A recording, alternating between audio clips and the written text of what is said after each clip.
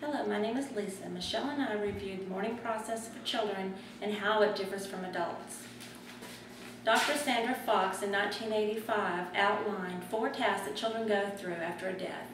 They'll differ according to the age of the child and the developmental stage.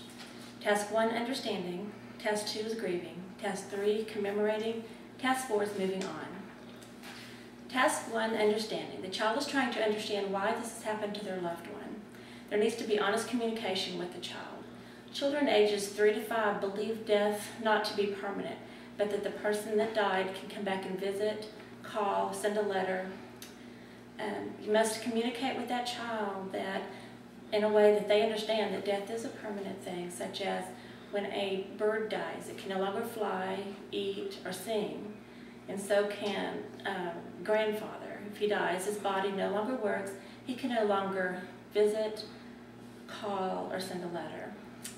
Children ages 6 to 8 believe that people that die are either killed, they're elderly, handicapped, or they're just clumsy. Children 9 to 12 understand that death is permanent, but they may have magical thinking where they think that whatever they said or did may have contributed to the death, such as wishing someone dead or wishing harm on someone, and then someone dies.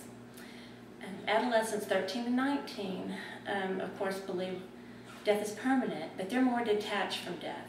And they may take up risky behaviors such as driving fast, drinking alcohol, or taking drugs. Task 2, grieving. The child's grieving will vary depending again on their age and the developmental status. Their grief may display as sadness, anger, abandonment, or ambivalence. Their grief needs to be validated. Listening to them and their fears will help them to get through that and showing them that they have support. Adolescents prefer to grieve with their friends and not to be different.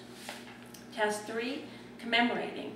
It's important to include the child in planning any commemoration, allowing them to help in preparations for wakes, funerals, or releasing balloons at school could be very, very, very beneficial to them.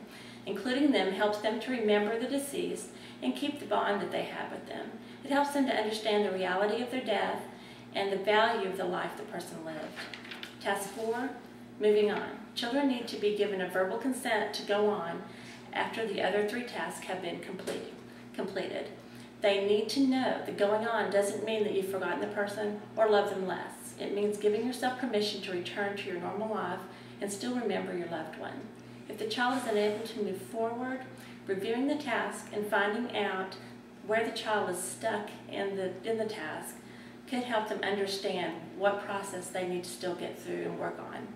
Dr. Sandra Fox believed that working through these tasks would contribute to a good grief.